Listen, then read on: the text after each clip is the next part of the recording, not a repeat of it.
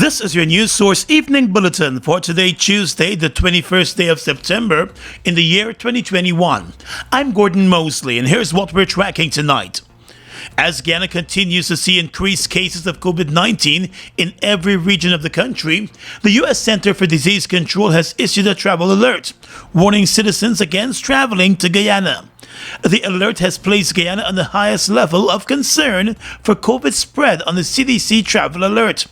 U.S. citizens are advised to avoid traveling to Guyana, but the CDC said if persons must travel, they should ensure they are fully vaccinated before heading to Guyana. According to the U.S. CDC, because of the current situation in Guyana, even fully vaccinated travelers may be at risk for getting and spreading COVID-19 variants. Last August, the U.S. State Department also issued a travel warning about Guyana. The latest warning from the U.S. authorities comes at a time when the U.S. is getting set to roll out vaccination requirements for all international travelers arriving in the U.S. While the U.S. has not yet indicated which vaccinations will be accepted, it recently instituted a vaccination policy for persons applying for permanent U.S. visas. Under that policy, only WHO and U.S. FDA approved vaccines are being considered. Guyana has mostly administered the Sputnik vaccine, which is still to receive approval by the World Health Organization. Several Guyanese students who are heading to the U.S. to further their studies were told months ago by their universities that although they were vaccinated with Sputnik in Guyana, they will need to be revaccinated by a U.S.-approved vaccine for on-campus studies. The COVID-19 situation in Guyana remains worrisome as cases continue to rise. In the past 24 hours, the Ministry of Health has confirmed 5 more COVID-19 deaths and 141 new cases. In the past 20 days alone, Guyana has recorded over 4,200 new COVID-19 cases and 113 deaths. Regions 3 and 4 remain the COVID-19 hotspots in the country. More news coming up in just a moment. It's been a long time coming. Overdue, some might say. But now that it's here, it will change life forever. And it is here to stay. The future is now, transforming Guyana into the 21st century. Introducing GTT Fiber. Experience internet connectivity like never before. Speeds you deserve at prices you can afford from a name you can trust. Sign up today. GTT Fiber is here. GTT. Together, we rise faster. Strap in. You know that it is a fact. The deal on wheels is back. For family, Deal on wheels. for security, That's a fact. for fun. Deal on wheels. Republic Bank Deal on Wheels is back. With same-day approval, reduced equity, longer repayment terms, and more. Plus, 3 lucky winners would win $100,000 each. Get the ride for you at Republic Bank.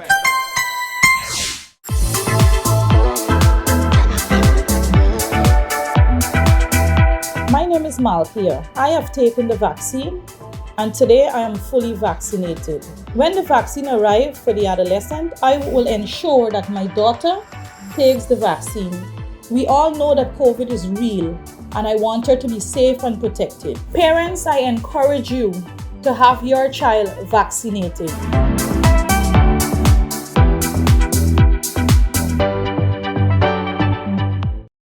We've got exciting news! All 12-ounce yellow cab Buster are now only $100. Buster, live in Come full get your color. Buster, Buster $100. Come get your Buster, Buster $100.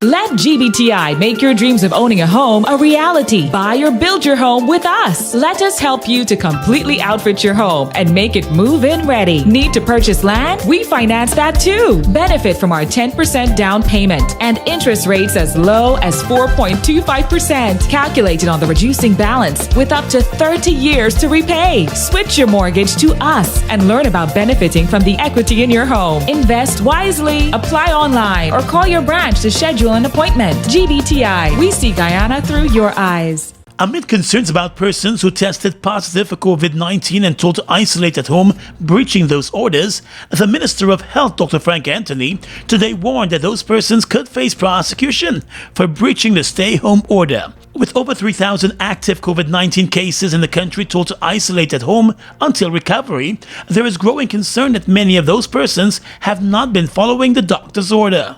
Well, under the orders, we have specify that if you are not obeying these rules, then you can be prosecuted.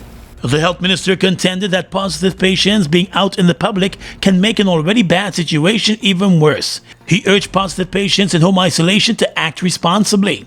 Some people observe it in a very strict manner, others don't, and that if they're not observing it, then we can easily have more spread. So if people are irresponsible and don't abide by the rules, then we'll have an increase in spread. Dr. Anthony said a person is considered discharged from home isolation after 10 days of being tested for the virus and remaining without symptoms. We also do have institutional isolation, and in some regions, people prefer to come into those institutions.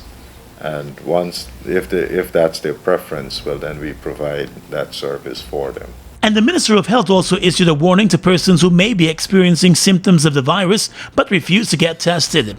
He said waiting it out could be problematic in the long run if symptoms do eventually show up.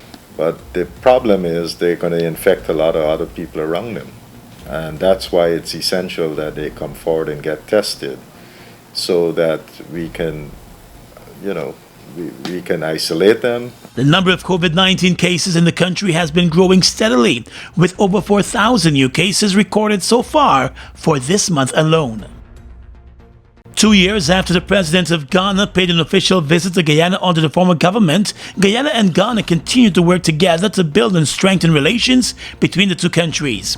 President Irfaan Ali met today with Ghanaian President Nana Addo Dankwa Akufo-Addo on the sidelines of the UN General Assembly in New York.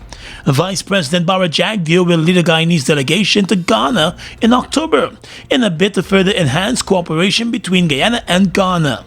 During their bilateral discussions in New York, the Office of the President said the two leaders discussed several matters of mutual interest, including oil and gas, climate change, and the environment, capacity building, and training. Both leaders agreed that today's meeting would enhance greater collaboration in addressing matters of common interest at the global level. During his visit to Guyana in 2019, several agreements were signed between Guyana and Ghana. President Ali was accompanied by the Minister of Foreign Affairs and International Cooperation, Hugh Todd, Ambassador and Permanent Representative to the UN, Karen Rodriguez-Burkett, and Foreign Secretary Robert Posada. President Ali has been meeting with a number of world leaders while attending the UN General Assembly in New York City. Minister of Home Affairs Robeson Ben has assured the family of the Essequibo businessman shot dead by the police that the investigation into the incident will be thorough, and there will also be a review of the standard operating procedures of the Guyana Police Force. Minister Ben visited the family of businessman Orrin Boston at their Dartmouth Essequibo home yesterday. Last Wednesday morning, the businessman was shot dead in his bed when members of the police force's SWAT unit burst into the family's home as part of an operation.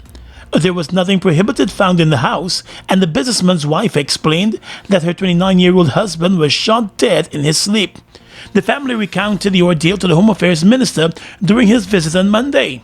The Home Affairs Minister told the family that police killings should only occur in extreme circumstances, where the life of a police officer is in danger or in a bid to save civilian lives.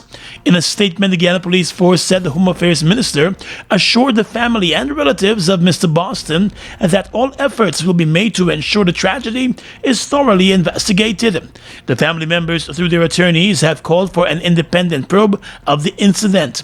The current investigation is being undertaken by the Police Office of Professional Responsibility. There continues to be questions about the use of the SWAT unit for a search exercise when there was no threat, and there are also questions surrounding the authorization of the unit for the operations in Essequibo. A policeman and the robbery suspect are both nursing gunshot wounds at the Georgetown Hospital after a scuffle ensued between them during an arrest in the Leopold Street area this morning. A police report on the incident said 2 robbery suspects were followed into the area by police ranks after a 68-year-old man was robbed at gunpoint and an alarm was raised. The police report said the ranks were able to corner 2 of the suspects in Leopold Street, and during the arrest, one of the suspects got into a scuffle with one of the police ranks as he attempted to flee. The police claimed that during the scuffle, the suspect attempted to disarm the police, and the gun went off, hitting the policeman to his left thigh and the suspect to his left thigh also. Residents in the area claimed that the suspect was deliberately shot by the police. The injured rank and the suspect were both taken to the hospital to be treated for their injuries. Investigations are ongoing tonight. The border crossing at Letterman Bonfim remains closed, and there has been no agreement on the reopening of the crossing between Guyana and Brazil. Prime Minister Mark Phillips, in a statement this afternoon, shot down suggestions and claims that were being circulated that the crossing had been reopened. The Prime Minister, who is performing the functions of President, said the claims may be intended to create mischief. In a statement, Prime Minister Phillips assured residents of Region 9 and others who depend on the border crossing that Guyanese and Brazilian authorities remain fully engaged on the issue and are hoping to reach a resolution to the issue as soon as it is safe and reasonable to do so. The crossing has been closed since March of 2020 as the COVID-19 cases soared in neighboring Brazil. Although Brazil now has a better handle of its COVID-19 situation, the crossing remains closed, with the Guyanese authorities standing firm on that decision because of health concerns. Last weekend, officials from Guyana and Brazil met and held talks on the issue, but no agreement was reached. Brazilian traders have been protesting the closure of the borders, and the businessmen in Region 9 have also been expressing their concerns over the situation. 2 sisters who lived side by side in the same yard lost their homes this afternoon in a fire at Jackson Dam, east of Penitence. The fire service was summoned just after 2:30 this afternoon after an alert was raised as a fire was spotted in one of the wooden houses. One of the sisters, Janelle Clark December, said she was in her yard cleaning when one of her children raised an alarm that a bright light was seen in the other sister's house. The woman said the family tried at first to put out the blaze by themselves, but their efforts failed, and the fire quickly spread to her house. About 2:30 we were cleaning the yard. When we finished, we decided to burn the rubbish. While burning the rubbish, my son told me, "Mommy, look, a bright light in Auntie's house." So when we went to investigate the mutual sketch, we tried out in it, but we hadn't enough water. We called the fire service, then eventually somebody went and get them. By time the whole house gone up, they just had to save the neighbor's house. We didn't get to save anything. Ms. December said it is suspected that the fire was started by her 4-year-old nephew, who was seen playing with a lighter in the room where the fire began. The family lost all of their belongings in the blaze. An investigation is underway tonight. It's one of your biggest goals, getting your own home, where memories are made, where happiness lives. You may feel that home ownership or renovation is beyond your reach, but we at Republic want you to know that there's always a way. Ask us about our suite of mortgages. Let's help make your housing wishes come true. Or advise on how the equity in your existing home can finance other dreams and goals. Call or go online to learn more. We've got exciting news! All 12-ounce yellow cab Buster are now only $100. Buster, live in Come full get your color. Buster $100. Come get your Buster $100. We are legions of men standing strong, but never too proud to stoop and help someone. We must send a clear signal to all. Do right. Walk in upright ways, knowing that's what being a man is all about. And ever aware that things will only get worse when good men do nothing. Stand strong. Be the one to live right. It's been a long time coming. Overdue, some might say. But now that it's here, it will change life forever. And it is here to stay. The future is now. Transforming Guyana into the 21st century. Introducing GTT Fiber.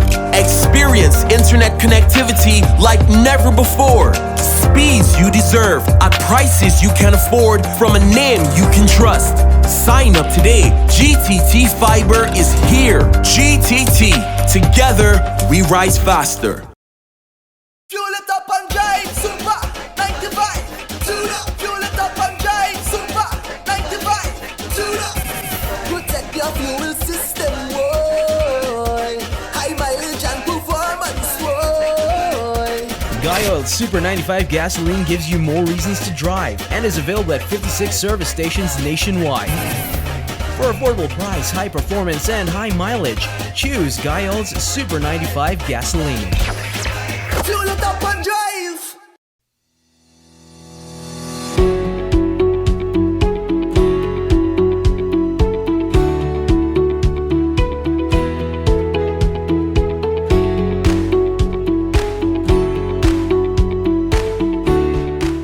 Across the region tonight, Barbados is dangerously close to losing out on precious doses of the AstraZeneca vaccine, reports the Barbados Nation.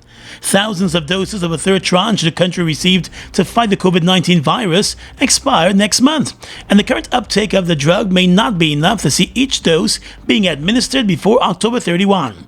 This was revealed during a press conference yesterday, hosted by the coordinator of the National Vaccination Program, Dr. Elizabeth Ferdinand, and the newly appointed COVID-19 public advisor David Ellis at the vaccination center.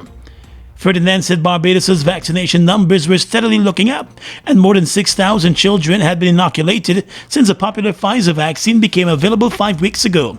But should the AstraZeneca not be used, meetings might have to be held with the Prime Minister to decide the future of the unused drug. The BBC reports that images which appear to show border agents on horseback driving migrants back to river like cattle have sparked an investigation in the US.